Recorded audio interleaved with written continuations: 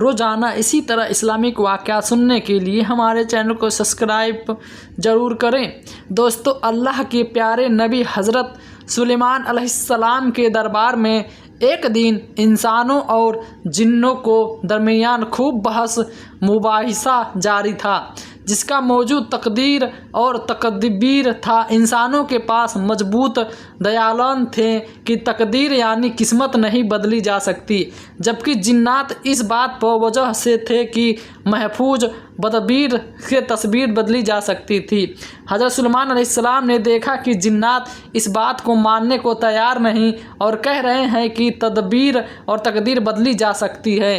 तो आपने उन जिन को जो उस बात के हक़ में ज़्यादा बोल रहा था उसको कुछ सालों का वक्त दिया और कहा कि अपने दलायक को सच साबित करो। चुनांचे जिन ने अपने दलायक को साबित करने के लिए मंसूबा बंदी शुरू कर दी। एक दिन उसकी नज़र अपने साथ वाले मुल्क पर पड़ी, जहां एक खूबसूरत उम्र शहजादी एक बाग में अपना नौकरानी के साथ खेल रही थी, जिसकी शादी पहले से ही किसी दूसरे मुल्क के शहजादे से तय हो चुकी थी। जिन शहजादी को बेहोश किया और शहर से बहुत दूर जंगलात में एक घने दरख्त पर उसका घर बनाया और शहजादी की तमाम ज़रूरियात की आशियाना भी वहाँ रख दी। जब शहजादी होश में चिल्लाने लगी और रोने लगी और खाने पीने से इनकार कर दिया, तो जिन ये जानता था कि कोई भी इंसान किसी नई जगह पे जल्द मानूस नहीं होता, इसलिए उसने शहजादी के महल से शहजादी की सारी चीज़ चुराई और उसको उस कमरे में लाकर दे दी और शहजादी के सामने एक बुजुर्ग की शक्ल में जाहिर हुआ और बताया कि अब तुम्हें यहीं पर रहना है। बुजुर्ग ने शहजादी से कहा कि अब वह कल आएगा। जब जिन चला गया तो शहजादी ने दरवाज़ा को खोला तो वह हैरान रह गई कि यह कमरा दरख्त की इत्तियाही बुलंदी पर था, जिस पर से वह उतर भी नहीं सकती थी और हर तरफ बस पानी और दरख्त थे। दूर दूर तक आबादी का कोई नामो निशान न था। वक्त गुजरता के साथ साथ शहजादी जिनकी शादी हो गई थी और वह उसी से अपनी तमाम ज़रूरतों की चीज़ मंगवाने लगी। वह जंगल का नज़ारा करती और बहुत खुश होती रहती थी। उसे अपने इर्द गिर्द कोई इंसान नज़र नहीं आता था, लेकिन उस दिन उस जिन को वह अपना बुजुर्ग कहने लगी थी और वह उसके बारे में जान चुकी थी कि वह एक जिन्हें जो कमरे में से निकालने की नज़र से ओझल हो जाता था। वक्त गुजरता गया, शहजादी भी जवान हो गई और जिन भी शहजादी के पास आने का वक्का बढ़ा दिया। जिन बहुत खुश था कि वह शहजादी को हज़रत सुलेमान अलैहिस्सलाम के सामने पेश करके जल्द अपनी बात को सच साबित कर देगा और उनसे तमाम जिन्नातों की सरदारी मांगेगा। फिर एक दिन बहुत सख्त तूफ़ान आया और देखते ही देखते दरिया का पानी भी सारे जंगल में फैल गया। शहजादी डरी सहमी बैठी थी कि अचानक दरवाजे पे दस्तक हुई। शहजादी बहुत डर गई, क्योंकि इतने सालों में उसके दरवाजे पे कभी दस्तक न हुई थी, क्योंकि जिन तो बगैर दरवाजे के आता जाता था। शहजादी ने दरवाजे के पास जाकर पूछा तो बाहर से आवाज़ आई कि हम तूफ़ान में भटक गए हैं, हमें कुछ देर के लिए यहाँ रुकने दिए। शहजादी ने दरवाज़ा खोला तो दो नौजवान दरवाजे के सामने दरख्त की टहनियाँ पे लटक रहे थे। दरवाज़ा खुलते ही वो अंदर आ गए। शहजादी ने कई साल बाद इंसान देखे तो उसके चेहरे पे खुशी के असरात नुमाया हो गया। शहजादी ने गौर किया तो पता चला कि उन दोनों में से एक शख्स इंतहाई अमीर लग रहा था, जबकि दूसरा गरीब और अमीर लड़का जख्मों से चूर था। शहजादी ने अमीर शख्स को मरहम पट्टी की और उन दोनों को खाने पीने का सामान मुहैया किया। वह दोनों भी परेशान हुए कि यह अकेली लड़की यहाँ तन्हा क्यों रह रही है। खैर, पहली रात गुजारने के बाद शहजादी ने उन दोनों को अपनी सारी कहानी सुना दी कि कैसे वह एक दिन की कैद में इतने सालों से रह रही है। खैर, जो उन दोनों में गरीब लग रहा था वह बोला कि आप फिक्र न करें, साथ जो बैठे हैं यह कोई आम शख्स नहीं, यह भी फला मुल्क के शहजादे हैं। हम अपने सिपाहियों के साथ मछली शिकार करने निकले थे, लेकिन दरियाई तूफ़ान हमारे सारे सिपाही और हमारी कश्ती डूब गई और हम दोनों किसी तरह बचकर इस दरख्त पर पहुंच गए। दरख्त पर चढ़े तो कमरा देखकर हमें बहुत हैरानी हुई और ज़िंदा रहने की उम्मीद भी, लेकिन यहाँ तो एक और ही नज़ारा नज़र आया। शहजादे ने कुछ बेहतर होने तक शहजादी से यहाँ रहने की इजाज़त चाही तो शहजादी ने बताया कि जिन बहुत ही खतरनाक है, वो आपको ज़िंदा नहीं छोड़ेगा।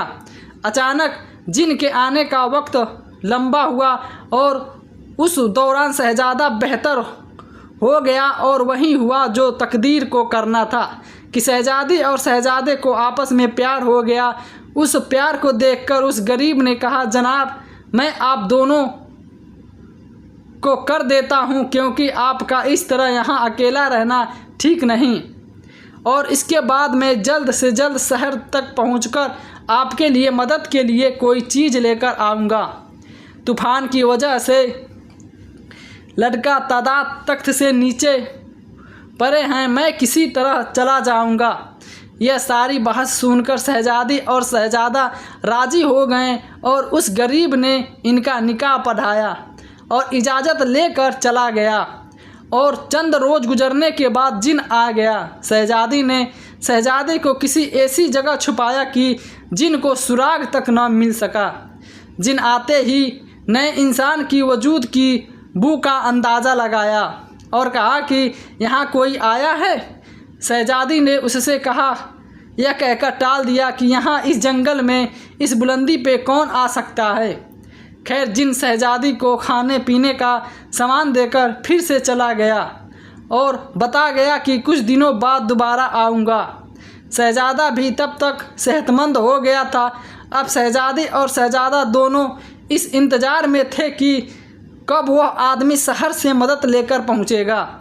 खुदा की करनी ऐसी कि शहजादी को अमल हो चुका था और अब वो माँ बनने वाली थी। खैर कई महीनों बाद जब दोबारा आया तो शहजादी ने फिर किसी तरीके से शहजादे को छुपा दिया।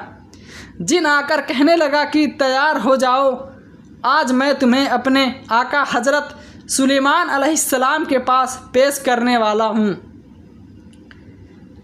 यह एक शर्त थी जो कि मैं जीत चुका हूँ, क्योंकि तुम्हारी शादी बचपन में ही एक शहजादे से तय थी जो कि एक तूफ़ान में गर्क हो चुका है। अब तुम्हारी शादी उससे नहीं हो सकती, इसलिए मैंने तकदीर और तुम्हारी तकदीर को बदल दिया है। अब वक्त आ गया है कि तुम्हें अपने आका के सामने पेश किया जाएगा। जिन कमरे को उठाया और दरबारे सुलेमान की तरफ निकल पड़ा।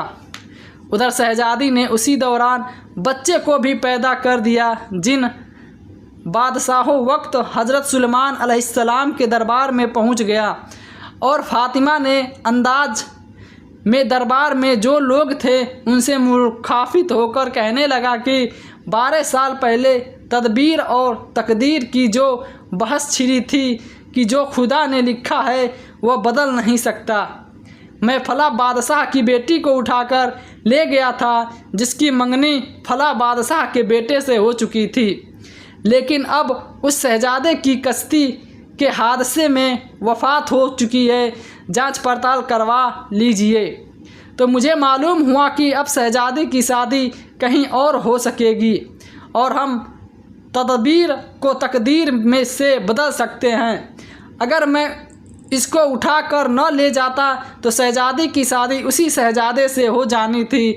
हज़रत सुलेमान अलैहिस्सलाम ने दरवाज़ा खोलने का हुक्म दिया तो अंदर से एक शहजादी के बजाय 3 अफराद बाहर आए, शहजादी, शहजादा और उनका बच्चा।